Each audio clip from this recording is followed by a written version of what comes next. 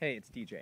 I'm out in this beautiful park with a lake in Boston, and I would like to audition for Hot Pieces of Ace. I don't know if I'll be able to make it every week. I'm hoping I can make it every week, but uh, I should hopefully be able to make it most weeks because a lot of what I do in visibility stuff is fly around the country and lecture about asexuality and answer random questions and talk on random asexual related topics. So it's something I'm really used to doing really easily.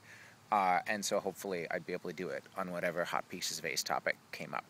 My Avon screen name is Avon Guy, and I love all the stuff that's been coming up on Hot Pieces of Ace before. Up until now. And I wanted to talk about this week's topic because it's something that I'm completely obsessed with. It's actually what I wrote my senior thesis on. So if any of you want to know why the distinction between romantic relationships and friendships is derived from the need for capitalism to regulate private property, I'll be happy to talk about that some other time. Right now I wanted to talk more generally about that topic. And a lot of it's something I've struggled with a lot in kind of thinking about relationships and intimacy for myself as an asexual person. And I think that the language I'm actually like I have a lot of respect for people that are in romantic relationships and people that are in friendships. I think that the things that people feel in those circumstances are completely legit and they're important, and I don't want to kind of question or undermine those feelings. But I think that the language we use to talk about friendships and romantic relationships is broken. And it's broken because it's incomplete. And it's it has to do with the way that the language is structured. It's a kind of discrete language that breaks relationships up into units. So there is, if you can see my hands hopefully, a box that's friendship and a box that's romantic relationships. And when you say that a friendship is a romantic relationship, or a relationship is a romantic relationship or a friendship, you say that it's in that box, but you don't really say anything about where it is in that box. And there's other words you can use, like you can use marriage, and that delineates a little smaller box within the romantic relationship box. Or you can say best friends, and that delineates a smaller box with the friendship box. But you still end in this problem of kind of drawing circles around relationships that may or may not really describe accurately and with much precision what's going on. And I think that inability to describe with precision what's going on in relationships is a big problem. It's a big problem because it limits our ability to connect with one another. And I'll give you an example kind of from a language standpoint. Think about the language that we use to talk about color. The language that we use to talk about color is similar, right? It's a unit-based language. So there's red, and there's green, and there's blue. And within the realm of red and green and blue, there's a lot of variability, right? There's so much variability that there's certain colors that are, some colors that are red are closer to colors that are blue than they are to other colors that are red. But it's fine because we just kind of draw these kind of arbitrary circles around them. And that language is all right because it's complemented with a second language, which is a gradient-based language. If you talk to people who actually are, seriously design with color, or you go into Photoshop or some other web design program and you look at the color tab doesn't. So it'll let you select some colors, but it doesn't ask you to type in the name of the color you want. You're not like, I want ivory, stone, rose, white.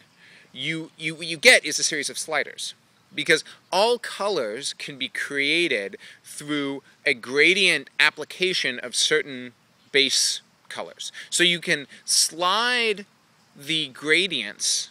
There's kind of this grid with all the colors on it, and depending on where you move in that grid, you can get any color that exists. And so the language, rather than that you use it, if it's a gradient language, rather than telling you which kind of bubble you're in on the grid, it uses coordinates to tell you exactly where you are in the grid. And you don't navigate by kind of sections, you navigate by saying where you are relative to some axis. And I think we need a language like that, a gradient language, for describing relationships. That is to say that I think that you can describe relationships based on a set of common axes. There's certain things that all relationships have in common. And if you describe a relationship in terms of how much of a certain kind of set of stuff it has, then you can create a language that describes a wide range of relationships really, really accurately. And for those of you that read my blog, I've talked a little bit about what I think kind of the main axes for describing relationships are. And to me, those axes are time, feelings, and promises. So all relationships involve people spending time together. And it's an important component if you want to describe how a relationship works. A relationship where you see someone once a year is really different than a relationship where you see someone once a week or every day. And so it's important, if you're going to describe a relationship, you have to describe how much time you spend together, what you spend that time doing, and why that time is important to you. Right? So I see my coworkers every day for 8 hours. I do that. Time is important to me because it's connected to my paycheck. I see my best friends, maybe 2 or 3 nights a week, and that time is important to me because it's really relaxing to spend time with my best friends. All right? That's the first axis. The second axis is emotion. It's about what you feel about someone and how you express those feelings. So a relationship where all I do is kind of talk about how I just tell someone, if I go out to the movie with them, I say that I like going to the movie, is different than a relationship where I tell someone that I love them.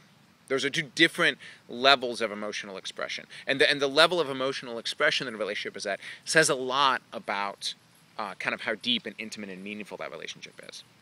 And the third component, ooh, I've got a dog. The third component is promises. The capacity of a relationship to generate expectations. So a relationship that is really low on that scale, maybe all you can do is decide to spend time with someone, right? You can call someone and say, let's hang out next week, but you can't really make commitments that are more in-depth than that. A more advanced relationship might have you going to your friend and saying, look, this relationship is really important to me. Where's it going in the next 2 years? Where do we want it to go? Or to an extreme level, marriage is a really high level of commitment where you're saying to someone, look, I want to spend the rest of my life with you. And you can describe a relationship, whether it's a friendship or a romantic relationship, you can describe it really quickly by pinpointing on those 3 axes. So if I say, I spend 2 nights a week with someone, we openly say that we love one another, and we're kind of talking about where our relationship will go in the next 2 years, you get a really good sense of what that relationship is without me telling you whether it's a friendship or a romantic relationship. If I say I see someone every week, we're really, really affectionate, but we're not that serious about making commitments to one another, that tells you a good amount about the relationship without me really telling you if we're dating or if we're good friends that happen to be really affectionate. So that's kind of my thought, that we need, the terms friendship and romantic relationship are good, but we need another, deeper, more accurate language to talk about where our relationships are at. Thanks.